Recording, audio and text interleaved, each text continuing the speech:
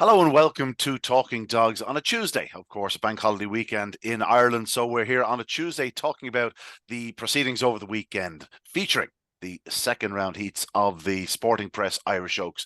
Indeed, we had some exceptional performances. I'm joined, as always, by the exiled dub Tommy Lyons and, of course, Declan O'Donoghue, who is on site throughout the Oaks for the Sporting Press. But he's on site there every night anyway, to be honest, Declan. And Indeed, it's a joy to be on indeed. site at present because this is turning into I call it the second round of the Oaks, the third round of the Oaks. This is turning into a serious classic. It is, yeah, and it is very hard to pick a winner. I'm not just saying that, but you would be. Most of the main ones we thought would go through, but as usual, there's a few new ones that shining very brightly, and two good semi-finals coming up. That's for sure. Yeah, Tommy Declan's just said it there. It's this time of year, the sun on the back, conditions over the last week or two in Shelburn Park have just sped up. And all of a sudden, there's some fast runs being done, and bitches with the sun on their back have sort of come back from seasonal rest or from a break, and you have the few new ones to add to the already existing stars, and as a result, it's turned into a stupendous Oaks. It has, and I think there was less than a length between three of the heats, and the other heat actually was the one with most kind of, I wouldn't say it was trouble, but traffic. Dealish Nora had to overcome plenty of traffic to actually do 20, Sure. 28:55. So if there was you could say if she had got a clear run, they probably would have all been winning length of each other. The four of them, four heats, like it's mad how tight it is. And yes, there was kind of a clear favourite before the weekend. Droopy's Mandolin, yeah, 3-1, Yeah. and then 6-1 short grip, and it kind of double figure prices the rest of them. So I don't think it's quite that open or that straightforward. Sorry, it's a bit more open than that. Yeah, the slowest qualifier the other evening was posting what 28:85 Beretta Melba, and that was one of the races where it got a bit tight on the inside, and she was involved in it. Like by all accounts, there would have been only 4 or 5 lengths between them all, with clear But yeah, passages. Even that Dealish Nora heat you're talking about, like it's three parts of a length and a half length, and then it's a head and a neck. You're talking sort of a length and a half between the first five home. It was a terrific contest. It was Greyhound racing at its best. And while you said there was no traffic, you're right. It was just racing. There was gaps needed to be taken at the right time. Dogs forced to check up, or bitches forced to check up when challenging, and went really down to the wire. Just a tremendous contest. Let's get stuck into the heats. The opening heat featured the aforementioned Droopy's Mandolin. We the layers and punters were prepared to forgive her for her second round defeat, where just things didn't go right, and she had a tricky draw and found herself off the pace after that sensational opening round display. The other night, she's beaten 4.5 lengths, but I don't think that tells the full story. She's actually in a lovely position into the opening corner, but Lincoln Legacy shoots up the inside and forces her wide when Lincoln Legacy goes to the front. Epic Chick, who was prominent anyway after a flying start on the outside, turned just that touch close. We knew she was too close. Beretta Reba was also on the scene, and then Droopy's Mandolin back and forth, but Lincoln Legacy set the pace down the back straight. You suspected for her she needed to get around that third bend in front, and then maybe try and hold off one or two up the home straight. But when she was taken at the third bend, she was always going to struggle to get home, and that's how it proved. She ended up finishing last, having been forced to check at that third bend. Epic Chick coming through to score 28-27, Tommy. We saw what Epic Chick is about. She's a good starter. She's really strong from the third bend. She doesn't fly down the back straight, but she's good enough to certainly hold her own. And a 28-27 return, fastest of the night, fastest of the round, should I say. A brilliant performance by Epic Chick. Beretta Reba is absolutely flying at present, a good second. And Droopy's Mandolin, as I said, forgiven for her third place finish. She's still a big player. it's a funny one with Epic Chick. Like we kind of said last week that maybe the run last week was a sign of her coming back to form. I mean, like in some ways you look at the 28 seconds in Limerick and say maybe is it a bit of an outlier, but it's not. She has that ability all the time. She went from doing a 130 in Limerick and the 28 seconds to 145 the following week and 134 the week after that. You're kind of not certain what you're going to get with her. 214 the first round of the Oaks, 208 the other night. What impressed me most about the run the other night was the first bend. It's funny when you see traps 3 and 6 going into the bend together. You often mix up which one of them comes out in front. When you see the jackets on the video, you're not certain which it was. And I was thinking, I actually thought she had got the bump and gone backwards. But it was actually Droopy's Mandolin that was actually behind. So once she turned second, it was pretty much over. I was impressed by Beretta Reba, the pace she showed down into the third bend as well. and just got checked up along the inside and didn't get through quite as easily as Epic Chick. I thought Beretta Reba was a nice improver, to be honest about it, and probably has more to give. She was an 8-1 chance in that heat, but she's fairly smart. Drubby's Mandolin did Drubby's Mandolin things. Things didn't happen properly for her early, and she showed terrific pace. It's probably why she's a good competition bitch, because things can go wrong for her and she can still find a way to qualify. But we know she has. I'm sure without looking, I'm sure she has a 203 on her card for a sectional in Shelburn. So I mean, she can break with the very best of them. She can go to the line with the best of them. Whether she can get into the bend or not is a different story. But she's definitely still a player. She's been shortened to 5-2. It's tight at the top of the betting now, 5-2 and 3-1. I think the way they bet short grip 3-1.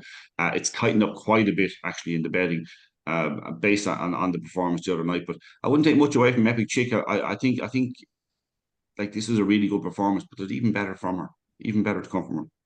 Declan, I think this sums up Epic Chick. I think it's what she's about. She is a good starter. She's generally a very good starter. She tends to stay that middle path.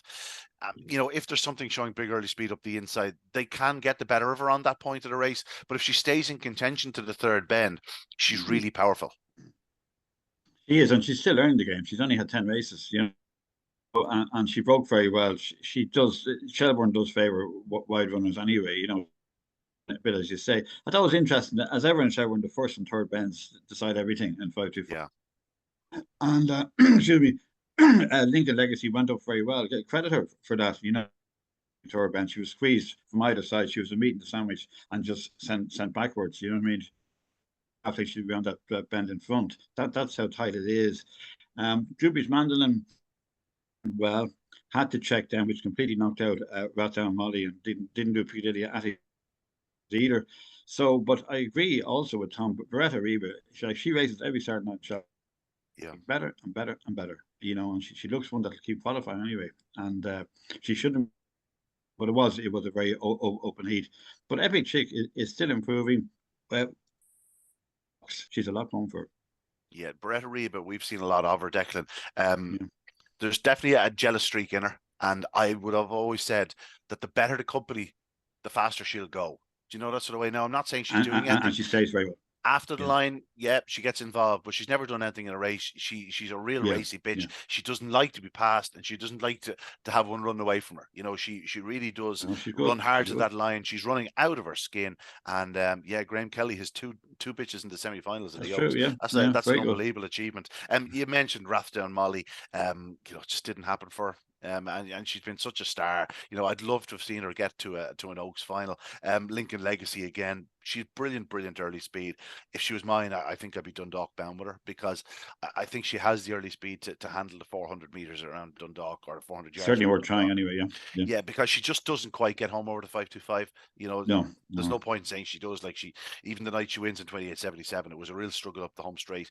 And Piccadilly Attic, she's still very lightly raced as well. There was only her 10th start the other night, but yeah, very impressive from Epic Chick. I think we saw exactly what she's about. She starts, she stays. She's a real hard runner. She'll generally avoid traffic because she stays that middle line. She is vulnerable to one shooting up her inside into the opening corner. But, that said, she could easily be in an Oaks final. She's going to have her draw going forward. We'll get to the draw. Beretta Reba second and Drubby's Mandolin third. Three fantastic bitches. On to the second heat. And this one, well, we were sort of guessing all sorts with Mustang Sally drawn in 5. We were thinking Drubby Zadell was going to need to be on her toes in the early yards. I madly enough went 4-1 on the card about Drubby Zadell. Like, she's 3-1 returned. And this is a bitch that set the tone in the previous round. She did a 28-21 the previous round, but she's purely priced on draw, Declan. If she'd been in trap 1 in this race, she would have been 11-10, 5-4. As it was, Mustang Sally missed the kick. Drubby Zadell certainly didn't. She showed good early speed. She got to the front, and that was that. Carogue Lady had a great draw on the outside. We knew that, but she needs to trap on terms. She's not doing that. She flies up to race behind Drubby Zadell, but we knew once they entered the back straight, the Carogue Lady was never going to get past her. She runs well in second spot, but Drubby Zadell on the bunny. You're not catching this lady too easy. No, to my mind, so far. I mean, her first round run was superb as well against Drubby. And the second round she was brilliant. She was brilliant. I don't know how I would have had a much shorter than 3, to admit. I don't know how that price came about, but it was 3-1 the field. It was a very open as you would expect at this stage. But once she's out, you're right about that. Once she's out in front, she's getting better and better. She is getting better and better. There's no question about her. She definitely wants to get on the fence, but I suppose the starter allowed her to do that, Tommy. Yeah, she didn't fly. She do the 2:16 is it or something like Yeah, that. about that. She Yeah. not she didn't fly out, but I'll tell you where she won the race at the first bend, where she had to drive on because Sawdust Storm was actually on her shoulder nearly, and there was it Annie on Fire maybe that was up along the inside. Yes, She had to drive on to get the bend. Really had to I was impressed with that.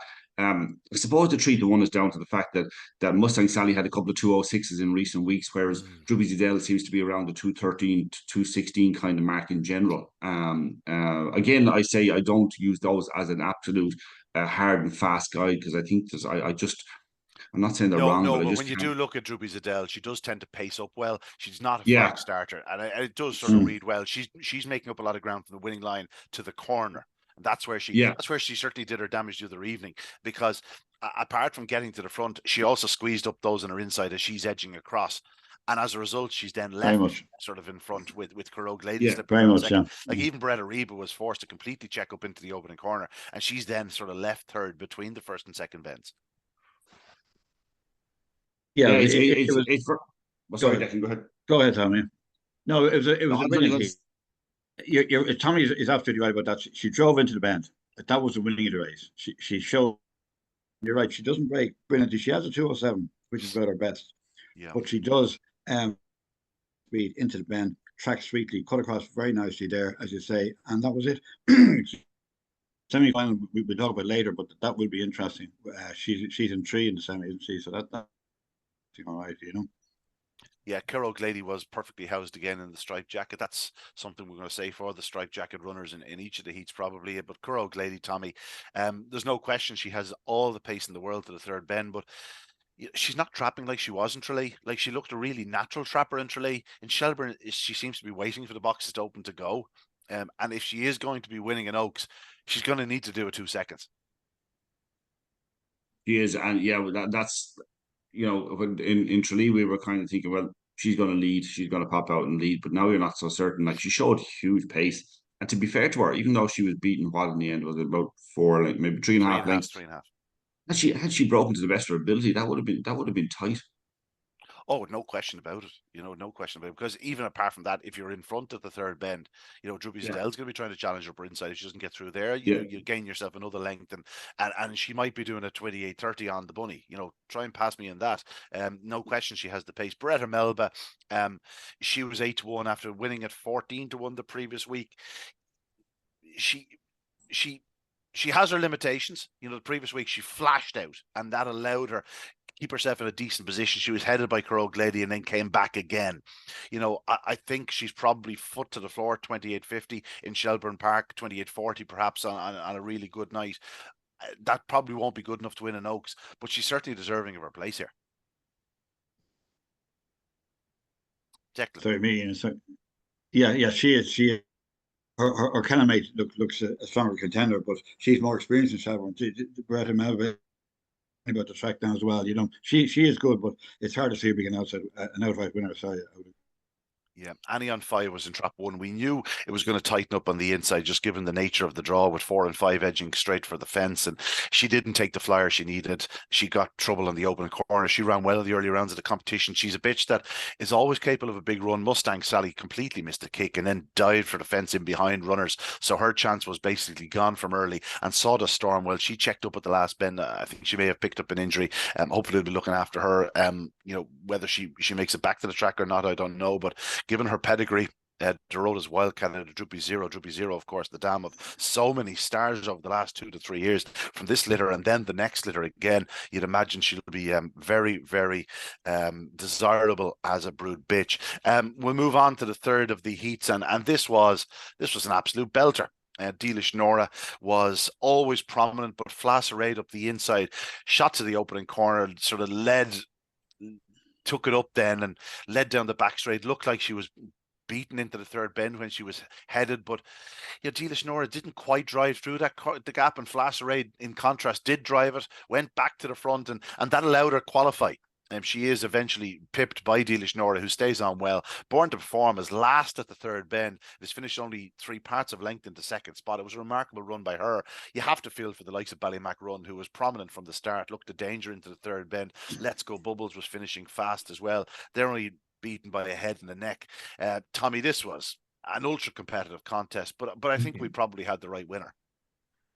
I probably did, because she got kind of squeezed out of the first bend. She at the third bend, I think you're right. I think it's fair to say it was her own issue, like that she didn't drive on through, because she definitely put her head in front. She's been forced to check at the third bend in her previous 2 starts, and I'd say That, that was just in her mind.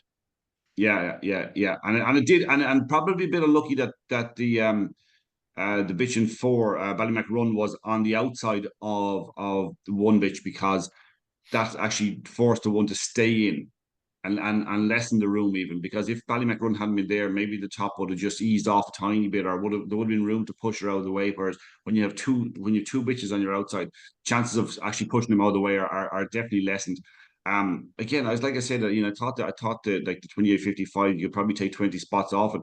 She got a bit of trouble at the first bend. She lost that bit of ground at third bend, but like, I would say that most of them in that race could probably do the 28.30 anyway.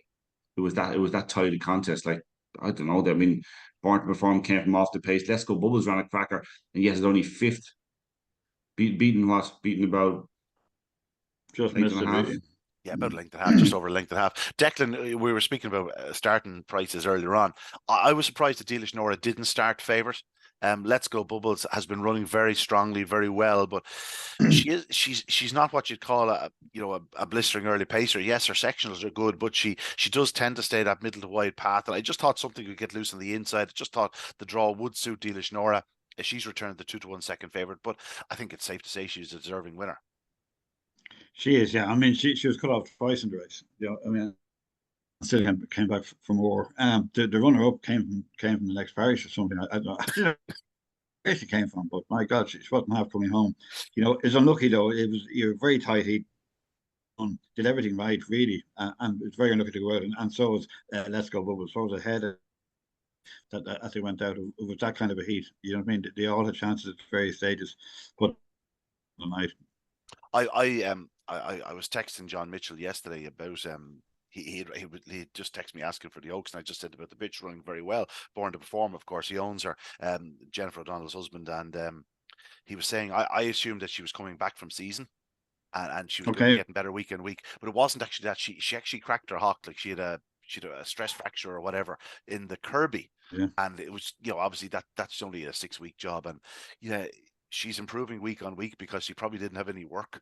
And I've definitely seen this bitch go up a bit faster. Yes, she's very limited form on her card, but a 283 around Clonmel, quick away, suggests that she can go up faster than she has done.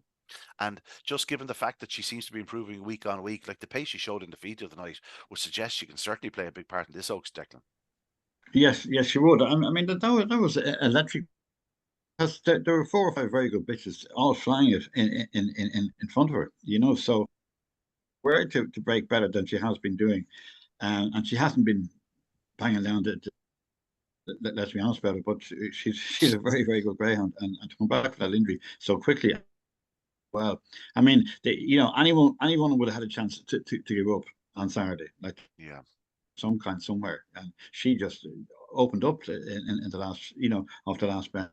Yeah, I'd say they're watching her at the third bend thinking, God, I just hope she grabs third. Like, she's beaten 3 parts of a length. In the other 5 strides, she's probably in front. I know Let's Go Bubbles was in front into the escape, so like the connection's going to feel desperately unlucky there as well. Tommy, it was one of those races. We have to give a mention to Flass Age. She's turned into a really nice bitch. She's running very, very well. She's going up hard, and she's not overawed by the whole situation. Like, I know she had classy bitches around her. Like what she did at the third bend the other night was enough to secure her progression.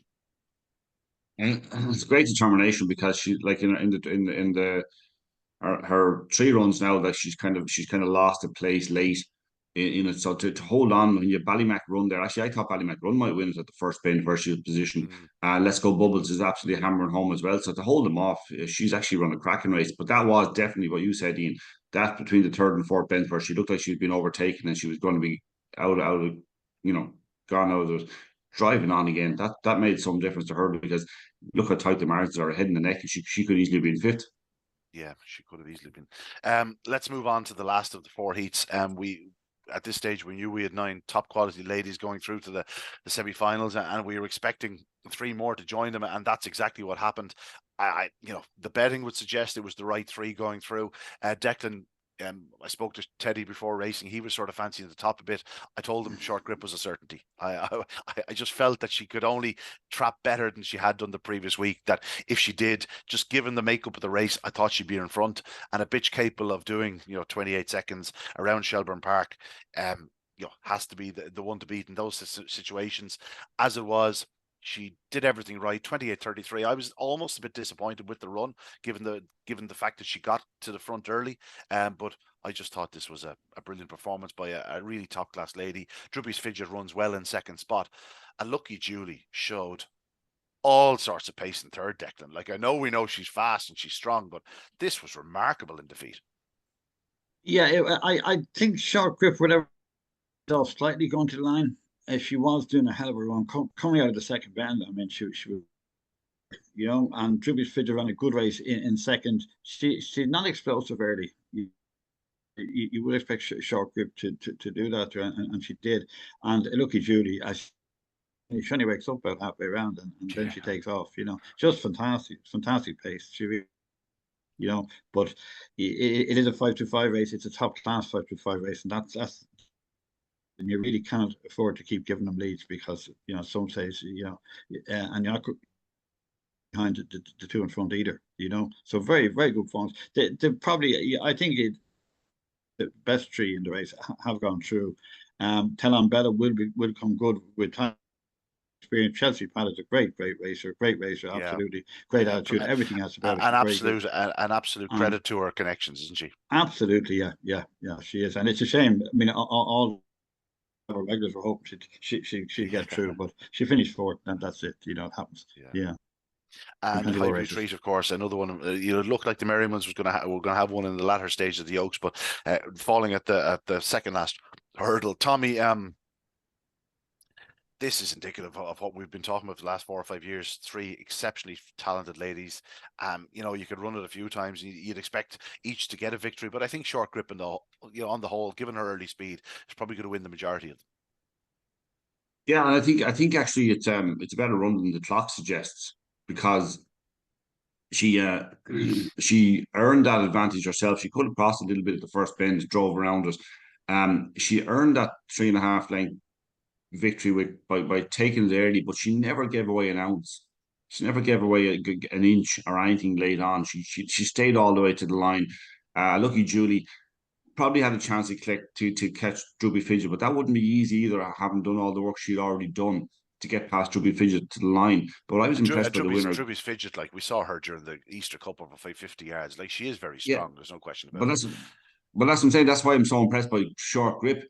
There wasn't an inch or a centimetre given away all the way up to the line.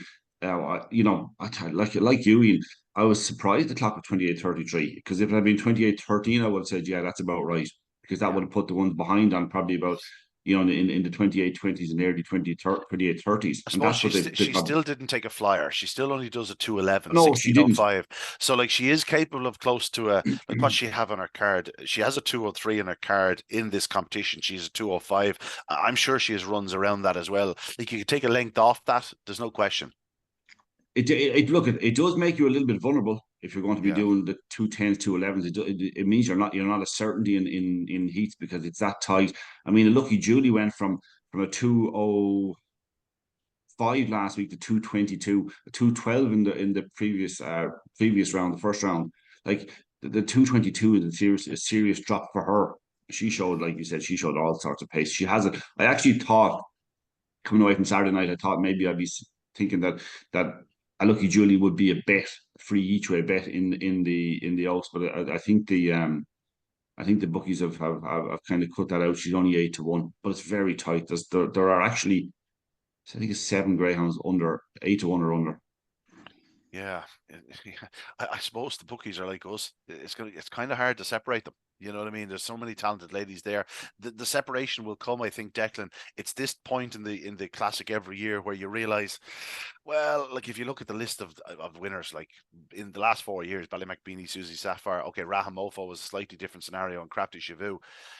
To generally, they're all good starters getting around that corner in front. Now, Rahamofo did come from off the pace, but you know, we remember how remarkably fast she was. But you're probably looking for one that can front off, and they're going to need to be at their sharpest from here on in. You know, there's no room for error as we look at the semi-final draw in either heat. No, no, no, no. The first one, especially, I mean, Droopy's Mandolin in 1 and Droopy's Adele in 3. That's going to be fire straight away, you know, and it's well, no, so that's the level that we're at now, and we can expect. Taking your point there, I think you got band in 5 to 5 finals in Shelburn 9 times out of 10. You really do, you know. Let's look at that opening semi-final. In 1, Droopy's Mandolin, 2, Born to Perform, 3, Droopy's Adele, 4, Droopy's Fidget, 5, Epic Chick, and 6, Carogue Lady. There's not one set of connections going into that race thinking we need luck. You know, they all need luck to a certain extent, but they're all very much capable of doing 28-20 around Shelburne Park. You know, 1 or 2 of them probably even faster. You know, Droopy's Mandolin has a 28-12 around Shelburne, and certainly no surprise if she went to 28 seconds. You know, Droopy's Adele is 28-21. Born to Perform has such limited form around Shelburne Park, but just given the pace she's been showing, she has 28-40 around there. No problem doing 3 or 4 lengths faster. Droopy's Fidget is, you know, she's 28-20 around Waterford, only a 28-52 at Shelburne, but I think she's safe to say she can do that sort of run, even if you go back to her best 550-yard performances. Epic Chick is 28-27, but she's 28 seconds in Limerick. And then Carogue Lady, well, she's doing 28-52 and 28-57 the last 2 nights, having failed to lead early. You know, so what happens if she does get loose? It's a hell of a contest, Tommy. It would be fitting of the final itself. Yeah, but it's a lovely setup for the top bitch for Droopy's Mandolin, to be honest about it, because Born to Perform will edge right out of traps. A good sign of a bitch actually, or a dog, that they're actually hunting it straight away. They're looking for the hair. Just takes a step. It's not a violent turn right or anything like that. It's just a looking for that line, knowing where the hair is. That'll give Droopy's Mandolin every chance in the world to go up and take control of her. She hasn't been in the last couple of rounds. Like last week it was a 224, so there's no chance of leading. But the other night it was a 208. It's not a disaster. 208 might be enough to put her in a position to maybe lead next Saturday night. And as we've said, like the eye would be drawn to Droopy's Dell edging inwards, but she's not, as we've already alluded, not a flying starter. She'll be making her ground up into the corner, by which time Droopy's Mandolin might already be upper inner. Like Born to Perform is a 211, which is okay-ish, but she has a 283 in Clonmel, which isn't bad. It probably equates to around about a 209, 210, 211, something similar to that. She's capable of breaking better than she did the other night, certainly. Could be a little bit of a stumbling block to Droopy's Dell, because Droopy's Dell doesn't fly out of boxes. Droopy Fidget has a tricky draw. Epic Chick should be okay-ish, but she'll be dependent. It's difficult enough in the fact that Carogue Lady, we know she can break a bit better. Might actually be to Epic Chick's advantage if Carogue Lady flew out and just gave her a bit of space to try find a way from 5 for a bitch that's been running well out of 6 for to be in trap 5. It's quite difficult for her. For Epic Chick next week, I'd just be looking for her to qualify, sneak into 3rd place, and that'll do. Rather than I wouldn't be thinking that I don't think she can win the heat from there anyway, to be honest about it. I think she'll need to fly out. I think she'll need to fly out. I don't think you can afford to give these any sort of inches, early. It's going to be difficult to make up ground, because whatever gets out in front of it, if something gets a clear run, well, that's gone. It's 28-10, 28-20. That's gone.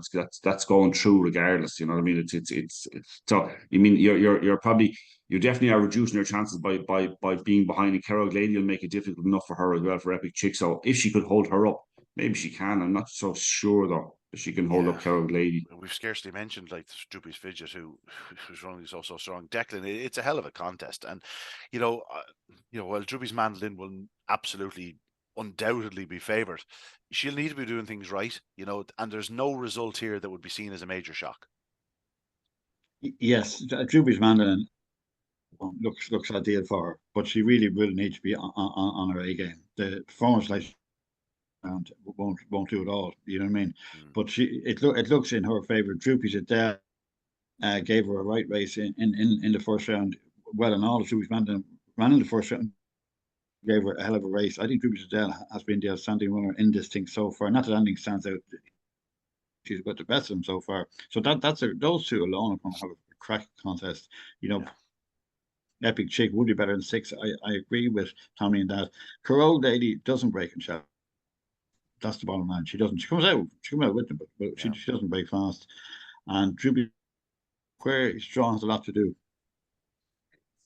Yeah, she is a tough draw in 4. There's no question about it. Although Druby Adele is edging inwards, Epic Chick can go fast. It's a remarkable contest. I'll be going for Druby's Mandolin, but trying to pick the other qualifiers is not easy. Certainly not easy. And as I said, I think all sets of connections can have plenty of hope going into that contest. On to the second semi-final. Beretta Melba's in 1, Flasher 8 in 2. Both pretty natural starters. 3 Dealish Nora, 4 Beretta Reba, 5 Short Grip, and 6 a Lucky Julie. Just given the draw, I'll be siding once again with Short Grip. I think it's safe to say this is the kinder heat. I would say connections of Short Grip will be delighted to be here rather than the opening semi-final. Declan, if Short Grip hits it, she's going to quickly emerge as the one to beat. But there is plenty of speed around her. Again, to overuse the phrase, no mistakes can be made here. No, I think she will go up. And Flash Sarada at 2 will be prominent as well, I would think. Before then, Beretta Reba, I'm not sure the draw worries her too much. She's going to run a strong, good chance of qualifying, but then so has a Lucky Julie, who will be finishing well, But I would say she's going to be definitely from Flash Sarada, and then of course then Dealish well as well. It's a Short Grip to win, but where you go after that, Yeah, Tommy, they could make Short Grip a pretty short price favourite here. She'll need to be doing it right. I'd be quite confident that Lucky Julie will qualify and probably be second at worst. 2 runs ago, they were in 5 and 6. Short Grip and herself are in the same boxes that they're in, and she beat her comprehensively after leading. Now, Short Grip, we all agreed, kind of wasn't at her very best in that run. Just things didn't go. She didn't do things as well as she can. But I think based on the run the other night and based on her overall form, we'd expect Short Grip to win the race. But I'd be quite confident that Lucky Julie will break a bit better with this makeup, and I think that she'd give Short Grip a race, actually. Yeah, it's a cracking contest. I'd be with Short Grip, no question about it. But yeah. I see what you're saying, Tommy. Like a 205 down to a 222 for Lucky Julie. You take away those 2 lengths again, and all of a sudden I think Short Grip will lead her 19 times out of 20. I'm going to sort of ignore the time where she did lead Short Grip. I think that was very much an outlier compared to what she'd normally be. But I think it could be a hell of a race between the outside duo. It's going to be a hell of a race for third spot too, because all the others can run. Flasseroida can go up fast. Beretta Melba's a good starter. She'll be staying on again at the finish. Dealish Nora, she's probably more of an all-round package than the other 3. Beretta Reba has been flying. I'm a bit concerned about the draw, purely because I'm not sure she can lead Dealish Nora. And if she doesn't lead Dealish Nora, I'm not sure she can get past her. That'd be my issue. Cracking Oaks, absolutely cracking Oaks. Declan, I suppose the fact that Druby's Mandolin and Short Grip are going to be favoured to win their respective heats, you'd be most likely to pick one of them for outright glory. What way does I'm not trying to point you in a direction or anything, but if I was forcing you to pick one now, what would it be? I think if Druby's Adele qualifies to Saturday, and she's a lot to do with Druby on her inside, I think if she qualifies, to me, she's been the best in the elite. As I said, there's nothing outstanding. There's nothing miles ahead of the rest by any means, but she's been very, very good. She has a great chance of outright. But again, she has to get through next Saturday. And we are talking about an Oaks final. Whatever qualifies, the draw is going to be huge importance, like massive, like really is as big as it can possibly be, given the fact that like Druby's Adele, if she's in 3 or 4 in the final and she is a fast starter or 2 on her inside, let's say Druby's Mandolin or something, like she's going to be a decent enough price, you know what I mean? But she's in trap 1, she will be, and all of a sudden she's greatly respected and she's disputing favoritism or close to the market leader. Tommy, what about yourself? The weekend will tell us an awful lot, because Druby's Mandolin, if you have to expect, and if you're thinking about backing her 5-2 to win it outright, you really want her to make the most of what is a brilliant draw. She probably might. Well, there's a good chance she won't get as good a draw in the final if she gets that far. So I mean, if she really has to make mincemeat on Saturday night, that's the thing. 5-2 is probably short enough. I think she'll win her heat and she'll probably go through all right. But 5-2 is is only okay. I don't think you're getting much meat in the bone because of the potential that the 6 best bitches qualify, and she's a 7-4 chance in the final. I mean, you really bothered about the 3/4 of a point for having to watch her win or qualify on Saturday night. I don't think I'd be that bothered.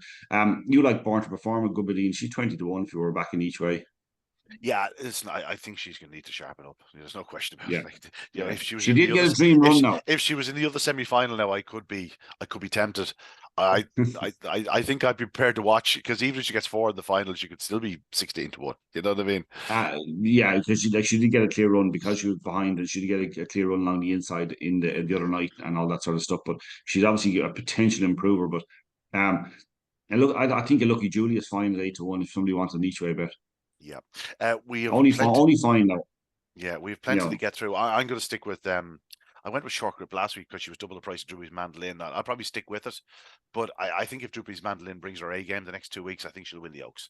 I think she's an absolute class act, but at the prices, certainly Short Grip was more interesting to me last week than Droopy's Mandolin. Let's look at the Resets Open 525, Declan, very quickly. 2 good heat winners. Nico Harbour is very strong. He hasn't quite found his trapping boots like his damn Susie Sapphire, but there's no question he's a massive engine. 28.63 doesn't look great in the card, but I'll tell you what, he did a lot of running to get there. He's a very fast greyhound, very fast litter. His brother did a 28.23, I think, in a trial the previous night, and that's off a 2:35 sectional Sid Zafiro. So there's loads of pace in the litter, no question about it. Nico Harbour, very fast, 28.63. He's got a very tough draw as the widest of 6 inside seeds in the final, and for a dog that's not a natural starter, I think he'll need to do things right, but there's no question he's a fast greyhound.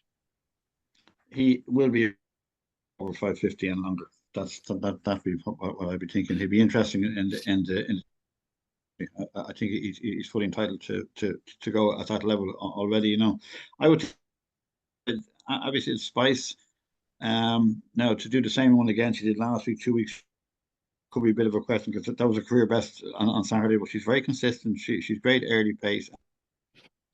She's a big chance. Track was bouncing and shorter runners were getting further into their races, and I think that's what the case with Babyside Spice, because she's been an absolute, she's been something else around Shelburn Park. Absolutely. Like it's taken a real good one to lead her. She has stunning early speed, Declan, doesn't she?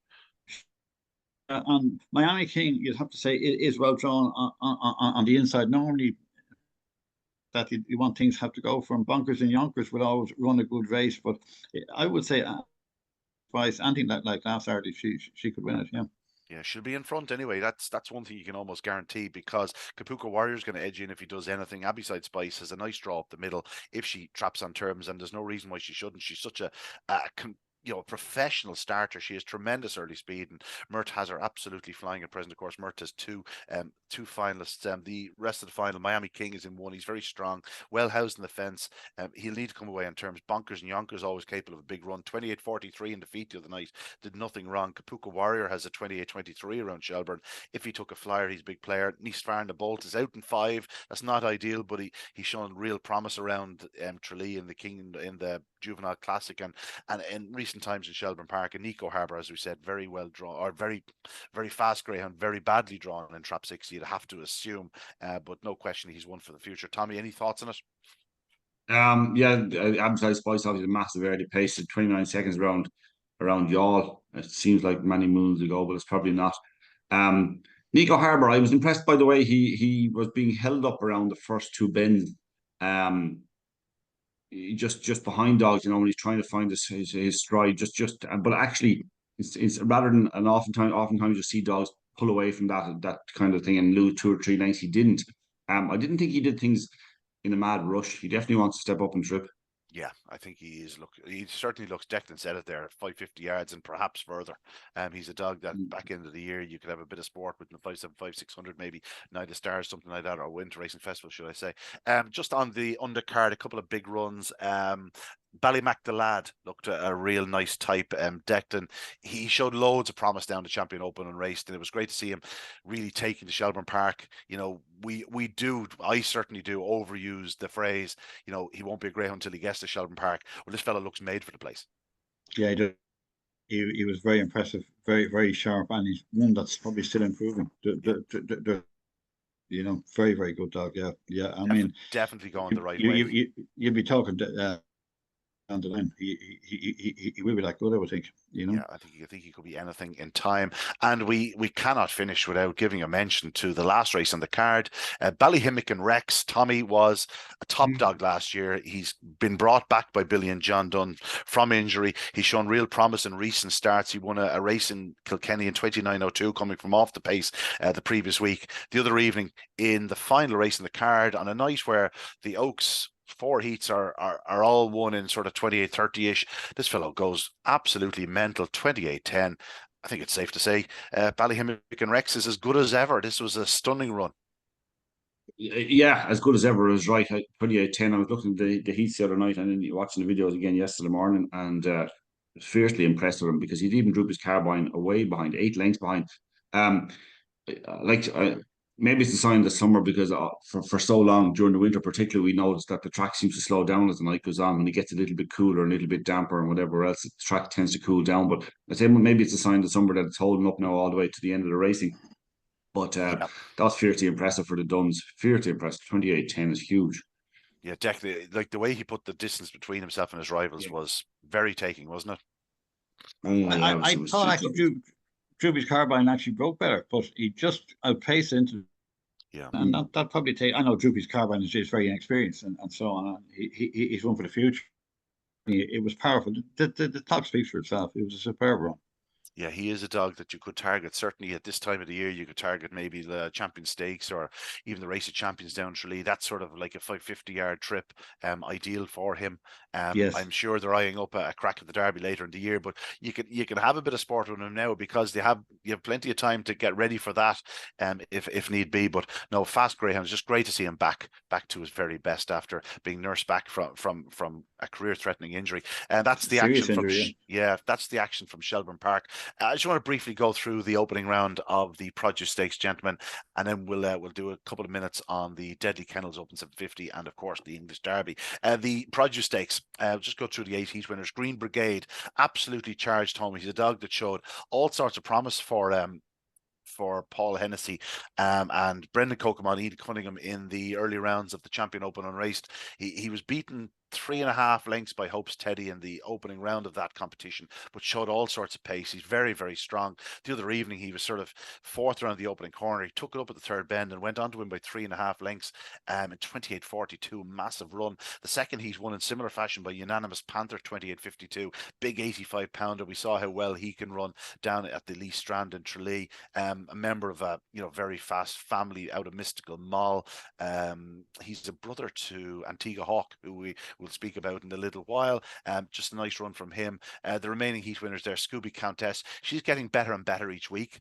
They didn't enter in the Oaks because she just wasn't quite firing. All of a sudden, she's after putting in 2 big runs. She's very unlucky in the Oaks to get knocked out last week. She was left with no room at the 3rd bend. She goes down to Produ Stakes and she doesn't lead early. She takes it up at the 3rd bend, wins by 6 lengths in 28:73. Much better to come from her. Romeo Kingpin led early, 28:71. Good run from him, but a really eye-catching run by Romeo Taylor, who we would have seen as a bit of a one-trick pony off the front or not. He found himself off the pace, actually charged down the back straight to go 3rd, ran very well to qualify. What else? Ardira Sam won in 28:64. He led pretty much early in good time, having sort of gone out into the first round of the English Derby, came back and does a 28:46 in the Produ Stakes. A fine run from him. Scooby Pacemaker again qualifying. He's a real qualifying sort of type greyhound. Silverhill Bend completing a treble for Graham Holland, 28:46. Another strong running display, taking you up at the 3rd bend. And the last of the heats went to Brunswick Bullet, again leading in the latter stages to pick up Quarry Boy in 28:76. We'll do the Produ Stakes with much more detail next week, Tommy, but I think it's safe to say there's some fast greyhounds there. I really do like Green Brigade, but I don't know if he'll be sharp enough to win a Produ Stakes. There are plenty of dogs that will be sharp enough to win it. Romeo Taylor for me now would have to be amongst the favourites after that opening round defeat, where did everything wrong but flew to qualify. Yeah, I like. I know it tends to finish runner up more than he wins, but in good time, doing a track record in Limerick there a month ago or Tralee, sorry, in May 27:91 was it? That's a huge run, and then to kind of back it up here, I know he got knocked out in Toaster, but I'd forgive anybody that track because it's Toaster. Yeah, Declan. Yeah, grade one is very good. It's very early days, as you say. The dogs in it, and there's one or two with experience will improve as you go through it. But I got it there. What you said, there's 3 or 4. The Romeo dog is and he's a bit of class about it, and a bit of experience. He must be in the running, definitely. Yeah, class being the direct point there. No, lots to look forward to in the Casco Produ Stakes. We look forward to it. It switches to Sunday night now. And don't forget, you can keep up to date with the action live on sisracing.tv when it's on the Sundays, because Clonmel is televised. Sure. So that's something worth keeping in mind. I'm sure the link will be posted, but sisracing.tv, it's not hard to remember. The Deadly Kennels Open 750 took place at Curraheen Park on Saturday night, Tommy. And Tuono Charlie is now 10 from his last 11. He's unbeaten over 6 bends, 7 from 7, I believe, 2, 4, 6, 7. Actually, 8 from 8 over 6 bends. This time last year, Kinturk Road was capturing all around her. This fellow's after capturing the Weedick 725 at Kilkenny. Now the Deadly Kennels Open 750. He will be hot favourite to land the Corncool Cullen. He looks every inch a proper stayer, this fellow. I've kind of been laughing about him a bit the last couple of weeks because he looks so good. Can he be that good? And maybe he is, because the amazing thing about him is he shows early pace. He gets away from dogs. But he gives them at no stage in any of his races there recently has it looked like anything is ever going to even cut back the margin of superiority by any little bit. It looks like he would gallop. He'd gallop into hell, that dog. I don't know what is the story. He's serious. And I'm kind of thinking, which is really harsh, because the Deadly Kennel is a prestigious competition, has been for a long time. I'm kind of thinking, I'm looking forward to seeing him against better dogs, and then they're going, well, where are the better dogs? Are there much better dogs? You want to have something with the real test of him, right? The real test of him, to my mind, will be when he comes up against something that's probably a 550 dog with massive early pace that probably doesn't quite get home over 750, and to see what he'd do then if maybe he's late or something. But I don't. That's not trying to belittle the dog. I'm just wondering, because he's so good, he's just a joy to watch. He just gets into full stride quickly, and that is that. Good night, Irene. Nothing is coming near him. This is a dog that won his first race in 28.71 in Shelburn, his second race in 28.52. He is a 29.40 for 550 yards. He is a sub 31 second run around Cork for the 5.75. Declan, this is just an immensely fast greyhound. I know they turned down a few offers for this fellow. He's after winning 10 of his last 11, but his 8 from 8 over the 750 yard or six bend trip, shall we say. He won his debut over the 6 bends in 42.17 at Shelburn. It's a good run, but it's not sensational. He did 40.63 coming from behind Kinturk Road in the first round of the Weedick. And then all of a sudden, every night it seems like he's improved. He does 41.25 from the other night. And as Tommy said, he absolutely left no doubt about it. He's returned 4-7. He ran like a 1-7 chance, Declan. He actually made a very good comparison to start there with Kinturk Road this time last year. Yeah. Because now, 2-5 form, any other trip, but by God, 750, and she always. And if you have a very good 750 that'll always lead, well, they're going to be pretty hard to beat at the catch.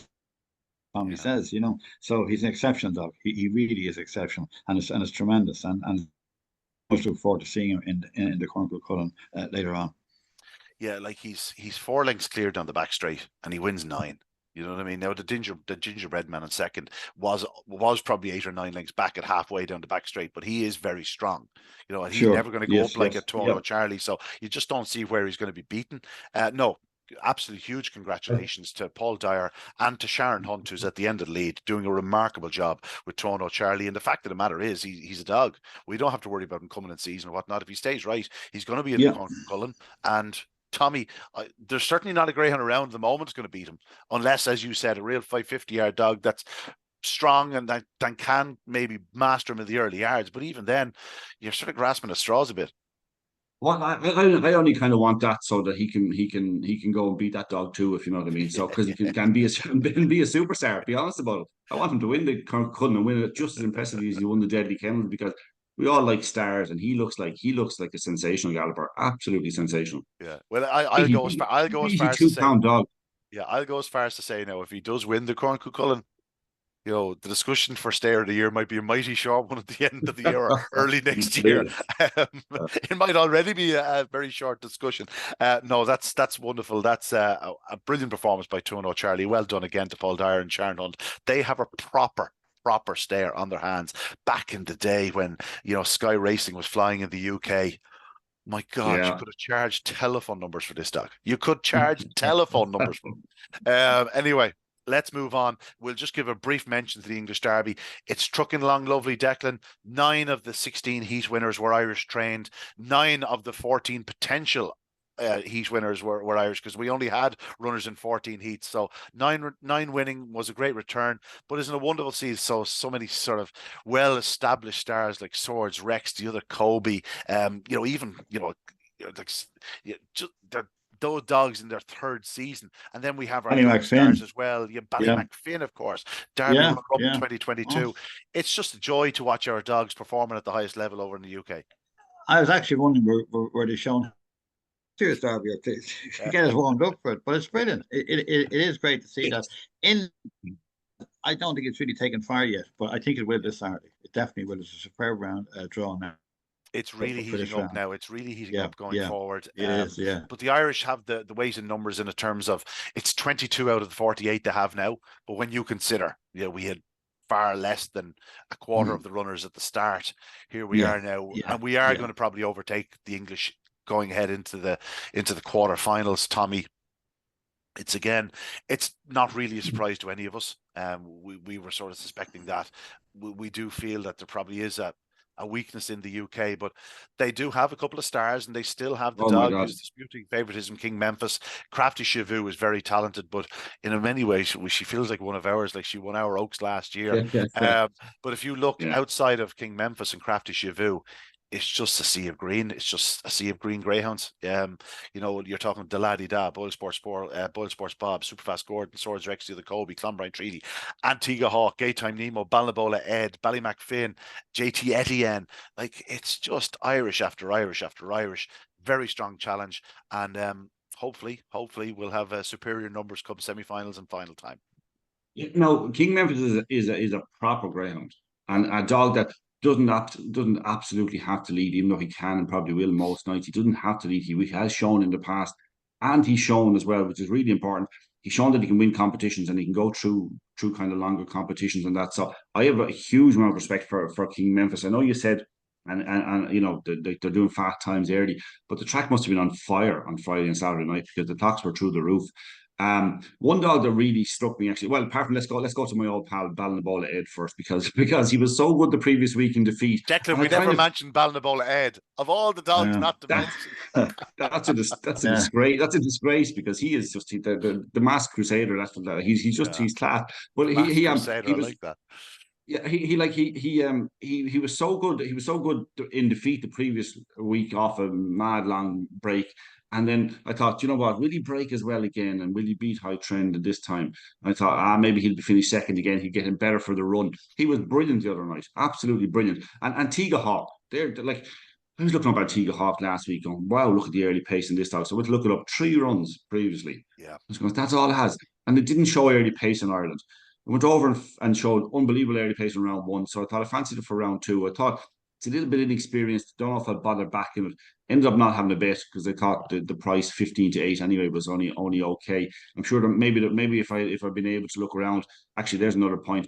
I mean, we need to be careful where greyhound racing is going at the moment. I went into a shop last Thursday to have a bet on the heats on Friday night, and they wouldn't give me a price. You have to go online. If you want to have a bet. I mean, that is just treating it like it's absolute rubbish. Is what it's doing. That's the reality. Imagine walking into a shop. I said it's the English Derby, and she just dismissed me as if I was a piece of rubbish. Yeah, it's worrying. All right. Antigua Hawk, I didn't expect it to edge inwards as much as it did, but a young flying machine. But we have plenty of fast greyhounds still in it, Declan. It's just a joy to see, and yeah, hopefully, come June 29th, we'll have another winner. Well, I must say, with Crafty Chivu, and it is her time of year, you know. And for bitches to win derbies, of course it is, but she is in hot form. But you would expect an Irish winner. The way it's set up and the quality of never know. It's a funny old game, as we all know. You know? Crafty Chevaux remains unbeaten in Toaster, I believe. I think it's something like Yeah, 8 from 8. yeah. You know, She's very good. She's it's very, a very fair good. striker. She seems to love the place. Just looking at the heats, we will see a few Irish make their exit, purely because we've got 4 in one heat, 5 in another, and 4 in another. So, you know, we're guaranteed at least 4 going out. But yeah, again, generally, a lot of the bigger names are kept apart. There is one particularly hot heat. Swords Rex is taking on King Memphis and UN Sid. Throw in Azerite, who was a good winner. Road Exile, who's shown great early speed. And our old favourite, Balnabola Ed. That's no doubt the standout heat of the round. But so many of the Irish dogs are absolutely flying. Boyle Sports Bob ran a huge race in defeat. Yeah, So did Boyle JT Sports at the Bob is end. going particularly well. Yeah. Da absolutely flew. It was just great to see him winning from where he was. Showed a little bit more early zip. He's going to need to find his trapping boots, but there's no question the engine is there.